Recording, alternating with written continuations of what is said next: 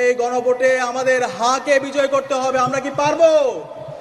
হা মানে বাংলাদেশ। সবাই একসাথে বলেন, হা মানে বাংলাদেশ, হা মানে বাংলাদেশ, হা মানে ইনসাফ, হা মানে ভারতীয় আধিপত্যবাদের বিরুদ্ধে সংগ্রাম, হা মানে শহীদ উসমান হাদির হত্যার বিচার, হা মানে বাংলাদেশে বিগত সময়ে যেই ফেসিবাদী কাঠামো ছিল সেই ফেসিবাদী কাঠামোকে ভেঙে নতুন রাজনৈতিক সংস্কৃতি বিনির্মাণ করা, হা মানে এই পুরান ঢাকার মধ্যে গত 54 বছরে যেই চাঁদাবাজি, টেন্ডারবাজি, রাহাজানি তৈরি হয়েছে সেই সিন্ডিকেটকে সমূলে উৎপাটন করা।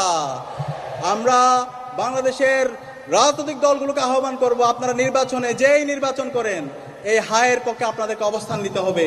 কিন্তু আমাদের খারাপ লাগে, আমরা কষ্ট পাই, দীর্ঘ ফেসিবাদ বিরোধী যারা আমাদের সাথে আন্দোলন করেছে, লড়াই করেছে, যারা মজলুম ছিল তারা আজকে হায়ের বিপক্ষে অবস্থান নিচ্ছে। তারা ঘন্টার পর ঘন্টা বক্তৃতা দেয়, কিন্তু তাদের বক্তৃতার মধ্যে এই হায়ের পক্ষে তার ক্যাম্পেইন দেখতে পায় না। এটা পুরো জাতির জন্য লজ্জা। আপনারা যদি হায়ের বিপক্ষে অবস্থান নেন, 12 ফেব্রুয়ারি বাংলাদেশের জনগণ আপনাদের বিরুদ্ধে ব্যাপকভাবে প্রতিরোধ গড়ে তুলবে ইনশাআল্লাহ। আপনাদের অবস্থান পরিষ্কার করতে হবে। সারা দেশে বিভিন্ন জায়গায় বক্তৃতা দিচ্ছেন, কিন্তু এই বক্তৃতার মধ্যে হায়ের পক্ষে আপনাদের কোনো ক্যাম্পেইন দেখছি না। আপনাদের নেতৃবৃন্দ তারা ন্যায়ের পক্ষে ক্যাম্পেইন নিচ্ছেন। এই ন্যায়ের পক্ষে ক্যাম্পেইন নেওয়া মানে জুলাই শহীদদের আকাঙ্ক্ষার সাথে প্রতারণা করা। এই ন্যায়ের পক্ষে অবস্থান নেওয়া মানে গত 16 বছরে বাংলাদেশে যে ফেসিবাদ কায়েম হয়েছে, হাসিনার যে ফেসিবাদী রাষ্ট্র প্রকল্প আছে তার পক্ষে অবস্থান নেওয়া। এই ন্যায়ের ক্যাম্পেইন করা মানে গত 16 বছরে বাংলাদেশে যে গুম, খুন, আয়নাঘর তৈরি হয়েছে তার পক্ষে অবস্থান নেওয়া। আমরা অনুরোধ করব দ্রুত আপনাদের অবস্থান পরিষ্কার করেন। এখন পর্যন্ত অনেক জায়গায় আপনাদের বক্তব্য শুনেছি, জনসভায় বক্তৃতা দিয়েছেন দেশনায়ক, কিন্তু একটা বারের জন্য আপনি হায়ের পক্ষে ক্যাম্পেইন করার সময় পাননি। আমরা জানতে চাই আপনাদের অবস্থান পরিষ্কার করেন। আপনারা যদি এই অবস্থান পরিষ্কার করতে না পারেন তাহলে বাংলাদেশের এবারের যারা ভোটাররা আছে, 4 কোটি যে তরুণরা আছে তারা আপনাদের বিপক্ষে অবস্থান নেবে। সুতরাং রাজনৈতিক দলগুলোকে আমি আহ্বান করবো, ইতিমধ্যে আমরা দেখতে পেয়েছি 11 দলীয় জোটের প্রত্যেক নেতৃবৃন্দ তারা হায়ের পক্ষে অবস্থান নিয়েছেন।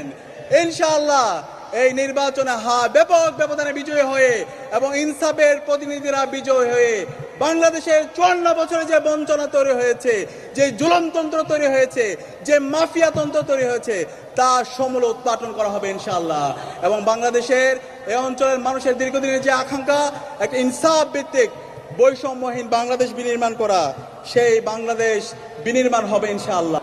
কিন্তু আমরা দেখতে পাই গত 54 বছরে আমরা যাদেরকে নেতা বানিয়েছি এই নেতারা বারবার আমাদেরকে প্রতারিত করেছে। বারবার তারা দুর্নীতি, রাহাজানি, সন্ত্রাস, চাঁদাবাজি, টেন্ডারবাজির মাধ্যমে এই অঞ্চলের মানুষের যে মুক্তির আকাঙ্ক্ষা সেই মুক্তির আকাঙ্ক্ষার সাথে তারা প্রতারিত করেছে। সে কারণে আগামী 12 ফেব্রুয়ারি যে জাতীয় নির্বাচন, সেই নির্বাচন আর ভুল করে চলবে না। আমরা আর প্রতারিত হতে চাই না। আমরা আমাদের সঠিক প্রতিনিধিকে নির্বাচিত করতে চাই। আপনারা কি পারবেন ইনশাআল্লাহ?